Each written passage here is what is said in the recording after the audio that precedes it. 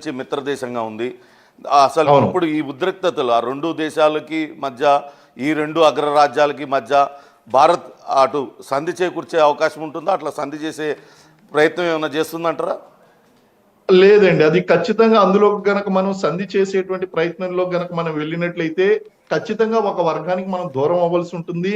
దాని ద్వారా మన యొక్క వాణిజ్య ప్రయోజనాలను కూడా మనం కోల్పోవలసినటువంటి పరిస్థితులు ఏర్పడతాయండి. ఆ పని చేయడానికి మనకి ఐక్యరాజ్య సమితి మరియు ఈ యొక్క మిగిలినటువంటి అగ్రరాజ్యాలు ఏదైతే ఉన్నాయో అవన్నీ కూడా తీసుకుంటాయి. కాకపోతే భారతదేశం అనేటువంటిది ఖచ్చితంగా యుద్ధం వైపు అడుగులు వేయకూడదని వాళ్ళకి నచ్చ చెప్పడానికి ప్రయత్నిస్తుంది, వీళ్ళకి నచ్చ చెప్పడానికి ప్రయత్నిస్తుంది తప్ప ప్రధానమైనటువంటి పాత్ర భారతదేశం మాత్రం పోషించదు.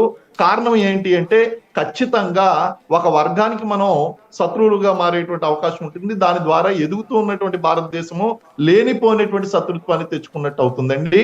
ఇది ఇలాంటి పరిస్థితులు మన శత్రు దేశాలకి, ఇటు చైనాకి అటు పాకిస్తాన్ కి కూడా అనుకూలమైనటువంటి పరిస్థితులు సృష్టించేటువంటి అవకాశం ఉంది. కాబట్టి మనం చాలా బ్యాలెన్స్డ్ గా ఇటు పూర్తిగా ఖండించకుండాను, ఇటు పూర్తిగా సమర్థించకుండాను మనం ఆ బ్యాలెన్స్డ్ వేలో వెళ్ళిపోవడానికి మనం ఆ మధ్య మార్గాన్ని పాటించడమే ప్రస్తుతం మన భారతదేశానికి ఉన్నటువంటి సరైనటువంటి విదేశాంగ విధానం అని చెప్పేసి నేను అనుకుంటున్నాను. కారణం ఏంటి అంటే ఏ ఒక్క సైడ్ వెళ్ళినా సరే భారతదేశానికి నష్టమే కలుగుతుంది. అదే విధంగా వేరే వాళ్ళ శత్రుత్వాన్ని తీసుకొచ్చి మన నెత్తిని పెట్టుకున్నట్టు ఉంటుందండి. ఓ రకంగా చెప్పాలంటే మనం ఆఫ్ఘనిస్తాన్ లో కూడా ఇలాంటి సంయమన పద్ధతినే మనం పాటించాము.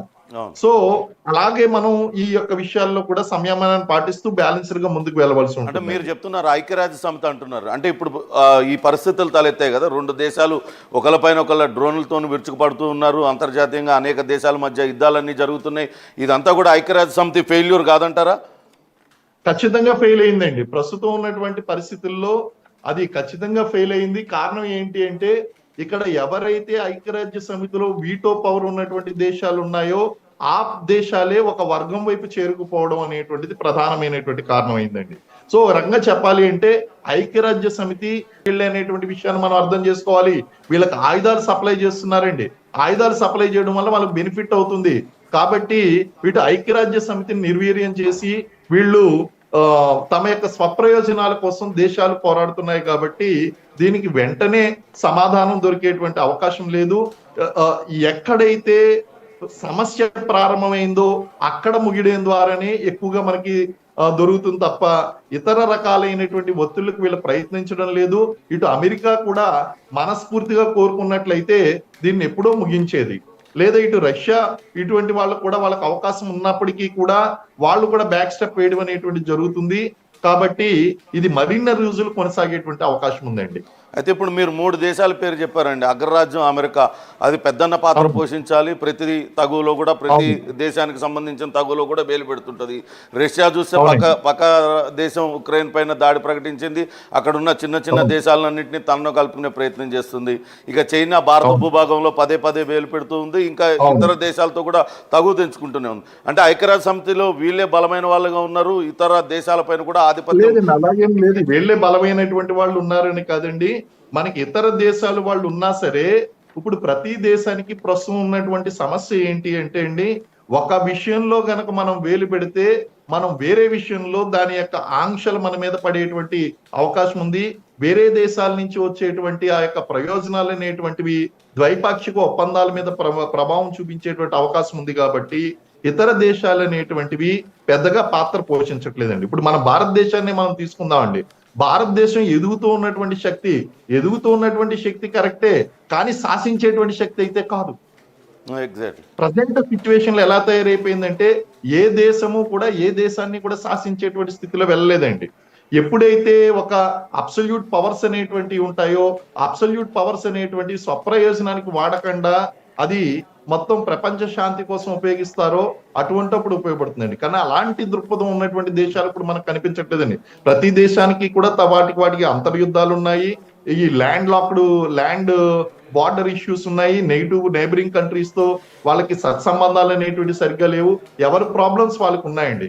ఇటువంటి సిచ్యువేషన్ లో సూపర్ పవర్ గా ఎదగాలి, మా యొక్క పాత్ర ఏదైతే ఉందో ఈ ఆసియాలో భారతదేశాన్ని సూపర్ పవర్ గా ఎదగనివ్వకూడదు అనేటువంటి చైనా ప్రయత్నం ఒక పక్కన, అలాగే అగ్రరాజ్యంగా ఎదగకూడదు అనేటువంటి ప్రయత్నం అమెరికా యొక్క ప్రయత్నం ఒక పక్కన, అలాగే ఇక్కడ ఏదైతే మధ్య ప్రాచ్యంలో సమస్యలు అనేటువంటివి ఉన్నాయో దాన్ని అలాగే ఉంచి వీళ్ళందరినీ కూడా కంట్రోల్లో పెట్టాలనేటువంటి ఆలోచన, ఇవన్నీ కూడా ఏంటి అంటే ఈ యొక్క సమస్యను జటిలం చేస్తున్నాయి తప్ప ఒక శాశ్వత పరిష్కారం అనేటువంటిది చూపించలేకపోతున్నాయండి.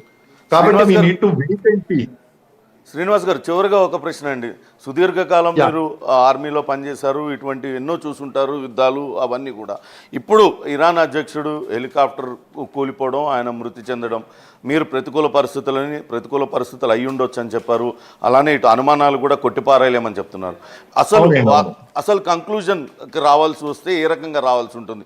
ఆ వాతావరణ పరిస్థితులు అనుకూలించకనే క్రాష్ ల్యాండింగ్ అయి ఉంటుందా, లేకుంటే అటు ఇజ్రాయెల్ అత్యంత బలమైన సీక్రెట్ సర్వీస్ ఏజెన్సీ కలిగి ఉన్నది ఇజ్రాయెల్ కూడా, అలానే అమెరికా సిఐఏ, ఈ రెండూ కలిసి ఉన్న విద్రోహ చర్యకు పాల్పడి ఉంటే తర్వాత ఎటువంటి పరిస్థితులకు దారితీసే అవకాశం ఉంటుందండి?